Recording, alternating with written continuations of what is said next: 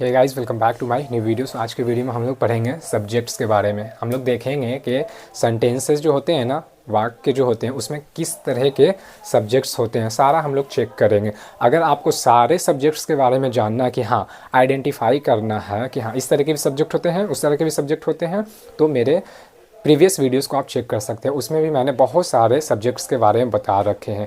आपको अगर पूरा आइडिया होना चाहिए ग्रामर में कि हाँ ये सब्जेक्ट है, इस तरह के सब्जेक्ट हैं, मेरे वीडियोस को देखने चाहिए जो मैंने ऑलरेडी अपलोड कर रखे हैं। आपको आइडिया लग जाए कि हाँ भाई इतने तरह के सब्जेक्ट्स होते हैं। आज भी हम लोग देखेंगे कुछ बचे हुए सब्जेक्ट्स। देखिए कौन सा सब्जेक्ट है। आज हम लोग पढ़ेंगे collective noun as a subject. ठीक है, कलेक्टिव नाउन बेसिकली क्या होता है, देखिए यहाँ पे लिखा हो, ए ग्रुप ऑफ पीपल और things acting as one unit. One unit मतलब देखिए, पहले एक से ज़्यादा जब लोग होते हैं, ठीक है, ग्रुप ऑफ पीपल बेसिकली ढेर सारे लोगों को मिला के, एक से ज़्यादा लोगों को मिला के ही ग्रुप बनता है। और थिंग्स भी आप उसी में ले सकते हो। ग्रुप ऑफ थिंग्स मतलब ढेर सारी चीज़ को मिला करके, ढेर सारी चीज़ को भी मिला के उसका भी ग्रुप बनता है। तो एक्टिंग एज वन यूनिट। अब बोलिएगा आपके भाई ढेर सारी चीज़ को मिलाएंगे, चाहे वो लोग हों या फिर चीज़ हो, ठीक है, चाहे मार्कर हो ढेर सारा या चाहे कोई इंसान हो ढेर सारा, तो वो क्या है, प्लूरल फॉर्म में आ जाएगा। तो वो क्या हो जाएगा, प्लूरल का मतलब प्लूरल वर्ब को भी लेगा। लेकिन वही इसीलिए यहाँ पे लिखा है एक्टिंग एज वन यूनिट, मतलब एक यूनिट की तरह काम करेगा, जो कि सिंगुलर को बता रहा है। ठीक है, सिंगुलर वर्ब को लेगा। कैसे, हम लोग एग्जांपल्स के थ्रू देखेंगे और अच्छे से समझ में आएगा। देखिए कैसे, द टीम, देखिए मैंने डबल कोट के अंदर भी रख दिया, द टीम इज़ विनिंग, मतलब कि टीम क्या है, टीम जीत रही है, द टीम इज़ विनिंग। अब देखिए जो टीम है ना, ये टीम बेसिकली हम लोग जब बात करते हैं ना, कोई भी मैच हो, क्रिकेट का मैच हो, फुटबॉल का मैच हो, और भी कुछ हो, तो वो क्या है, टीम होता है। और टीम कैसे बनता है, बेसिकली एक से ज़्यादा प्लेयर्स को ऐड करके ही ना। आप क्रिकेट के मैच में देखो कितने प्लेयर्स होते हैं, डेफिनेटली एक नहीं होते हैं, एक से ज़्यादा ही होते हैं। फुटबॉल में एक नहीं होते, एक से ज़्यादा होते हैं। तो बहुत सारे, मतलब कुछ लोगों को मिला करके वो क्या बन रहा है, टीम बन जा रहा है। उसको हम लोग ना एक स्पेसिफिक नेम दे देते हैं उस ग्रुप को, उस लोगों को, कि एक से जो ज़्यादा है ना उसको एक नेम दे दिए, तो वो नेम क्या आ गया, टीम में आ गया। कोई भी गेम के लिए जैसे हम लोग कैसे टीम वर्ड का यूज़ करते हैं, तो टीम उतने सारे लोगों को आइडेंटिफाई करवा रहा है, बता रहा है, एम्फेसाइज करवा रहा है। ठीक है, कि इंडिया की टीम, ठीक है, कहीं भी कोई भी कंट्री के जो टीम हो गए, तो टीम सिंगुलर में फॉल होता है और टीम क्या है, कलेक्टिव नाउन में आते हैं। देखिए नाउन का जब हम लोग पढ़ेंगे ना, तो नाउन में सारे हैं, प्रॉपर नाउन है, कॉमन नाउन है, कलेक्टिव है, एब्स्ट्रैक्ट है, तो सारा इसका डिटेल भी देखेंगे। तो वही आपको अभी यहाँ से भी पता चले कि कलेक्टिव नाउन होता क्या है। कलेक्टिव नाउन बेसिकली ना, जब एक से ज़्यादा चीज़ को ग्रुप करते हो और उसका एक स्पेसिफिक नाम बन जाता है, लेकिन सिंगुलर की तरह ही वर्क करता है। जैसे कि देखिए कुछ मैंने लिखा रखे यहाँ पे, some common collective nouns. Team, team आप जानते हो कोई गेम के लिए बन जाता है। फैमिली, फैमिली आप जान रहे हो एक से तो बनता नहीं है फैमिली, बेसिकली बताना कि आप समझ ही रहे हो।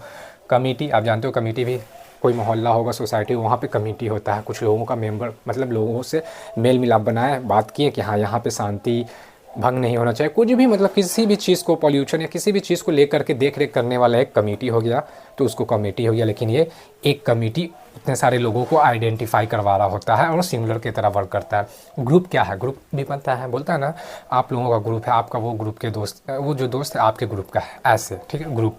फ्लॉक हम लोग बेसिकली पक्षियों का झुंड का बोलते हैं। हर्ड हम लोग बेसिकली जानवरों के झुंड के लिए बोलते हैं। और क्राउड भी भीड़ के लिए। तो ये सब क्या है ना, कलेक्टिव नाउन में आ जाता है। होपफुली आपको समझ में आ रहा होगा। ये कॉमनली जो था मैंने बताया, ऐसे बहुत सारे होंगे। ठीक है, तो ये देख लिए। अब हम लोग देखिए, द टीम इज़ विनिंग, तो वही ये टीम क्या है, बता रहा है क्या है, एक से ज़्यादा लोग हैं, लेकिन उसके नाम एक दे दिया गया टीम उस गेम के लिए, तो द टीम इज़ विनिंग मतलब क्या, टीम जीत रही है। ठीक है, the family is going on vacation, तो वही फिर फैमिली लोग जा रहे हैं, उसके एक एक लोगों को हम लोग प्लूरल में लेके नहीं बोल रहे कि फैमिली आर, तो ये क्या इनकरेक्ट हो जाए, family is going on vacation, तो यहाँ पे इज़ ही लगेगा, सिंगुलर है ये सब कलेक्टिव नाउन है। ये हम लोगों का सब्जेक्ट हो गया, द टीम, द फैमिली, ये सब्जेक्ट में आ गया। होपफुली कलेक्टिव नाउन कैसे सब्जेक्ट होते हैं आपको यहाँ पे से आइडिया लग गया होगा। अब हम लोग देखते हैं इसको, डमी सब्जेक्ट। ठीक है, देखिए dummy subject basically, dummy subject में हम लोगों का ना क्या होता है, दो होता है जो कि हम लोग यूज़ करते हैं, इट और देयर। जब कन्फ्यूजन रहता है वहाँ पे सब्जेक्ट का मतलब पता ही नहीं चलता है कि भाई यहाँ पे कोई है ही नहीं जिसके द्वारा एक्शन हो रहा हो, तो वहाँ पे हम लोग क्या करते हैं, इट को या देयर को लेकर के यूज़ करते हैं। अगर इट का रिक्वायरमेंट है तो इट को, देयर का रिक्वायरमेंट है तो देयर को। ठीक है, एक्सप्लेटिव देखिए पूरा करने वाला का सेंस में आता है। अब इट और देयर से पूरा ही होता है बेसिकली। ठीक है, समटाइम्स इट और there are used as place holders. देखिए कभी कभी ये जो क्या होता है ना, देयर और इट, ये देखिए देयर और इट प्लेस होल्डर, प्लेस को होल्ड करता है, प्लेस होल्डर की तरह वर्क करता है और उस सेंटेंस को पूरा कर देता है। ठीक है, देखिए इट और देयर के बारे में आपको डिटेल में पढ़ना तो मेरे यूट्यूब पे ऑलरेडी मैंने कैटेगराइज कर दिया है कि इट के कितने कॉमन यूजेस हैं, सारे आपको आइडिया लग जाएंगे। देयर के सारे यूजेस कैसे हैं सब्जेक्ट में, मतलब सेंटेंस में, आपको सारे आइडिया लग जाएंगे। ठीक है, मैंने सारा बता रखा। अभी अगर ओवरव्यू दें तो देखिए इट और देयर बेसिकली ना एम्फेसाइज करते हैं, किसी चीज़ को खास बताते हैं, लोकेशन बताते हैं, आइडिया बताते हैं, वो सब सेंस में भी यूज़ करते हैं। वहाँ पे मैं नुएंस में बताया हूँ, उसको देखिएगा सारा आइडिया लग जाएगा। ठीक है, तो देखिए अब ईट का और देयर का यूज़ करते हैं, समझते हैं। इट इज़ रेनिंग, तो यहाँ पे इट हम लोगों का सब्जेक्ट हो गया। तो इट इज़ रेनिंग, अब रेन हो रहा, बारिश हो रहा, तो बारिश को कौन कर रहा पता चल तो रहा था नहीं, तो इसको बनाने के लिए यहाँ पे प्लेस होल्डर की तरह वर्क करिए एज ए डमी कि इट इज़ रेनिंग, मतलब कि बारिश हो रही है। ठीक है, यहाँ पे किसी के द्वारा बारिश हो रहा है ऐसा तो आपको आइडिया नहीं ना लग रहा था कि सब्जेक्ट कोई काम कर रहा होता, तो यहाँ पे इट इसलिए लगा दिए डमी सब्जेक्ट। और ऐसे ही बोल सकते हैं कि हाईलाइट करने के लिए, एम्फेसाइज करने के लिए कि बारिश को एम्फेसाइज कर रहे हैं, सेंस देता ही देता है भाई मेरे। तो इट इज़ रेनिंग। ठीक है, अब there is a book on the table, अब एक जो किताब है कहाँ, टेबल पे, लोकेशन बता, there is book on the table, बता रहा वहाँ पे टेबल पे बुक है। तो इसको आप वहाँ पे मेरे वीडियोस में भी चेक कर सकते हैं, सारा यूजेस मैंने देयर का इट का बता रखा। तो ये हम लोग का देयर यहाँ पे सब्जेक्ट हो गया, प्लेस होल्ड कर रहा है, लोकेशन भी बता रहा है, एम्फेसाइज भी कर सकता है, बोल सकते हो भाई वहाँ पे किताब है।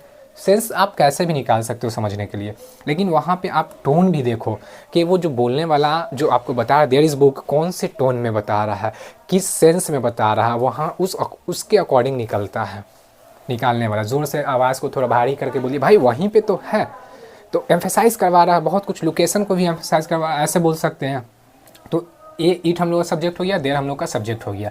ये हम लोगों ने देखा कि नाउन कलेक्टिव जो कलेक्टिव नाउन सब्जेक्ट कैसे होते हैं, डमी सब्जेक्ट कैसे होते हैं, कैसे यूज़ करना। होपफुली आपको सारा अच्छे से समझ में आ गया होगा। चाहे तो आप स्क्रीनशॉट ले लें और इन दोनों के बारे में डीप में पढ़ना तो मेरे वीडियोज़ अवेलेबल हैं, आप देख सकते हैं। Thank you so much guys देखने के लिए।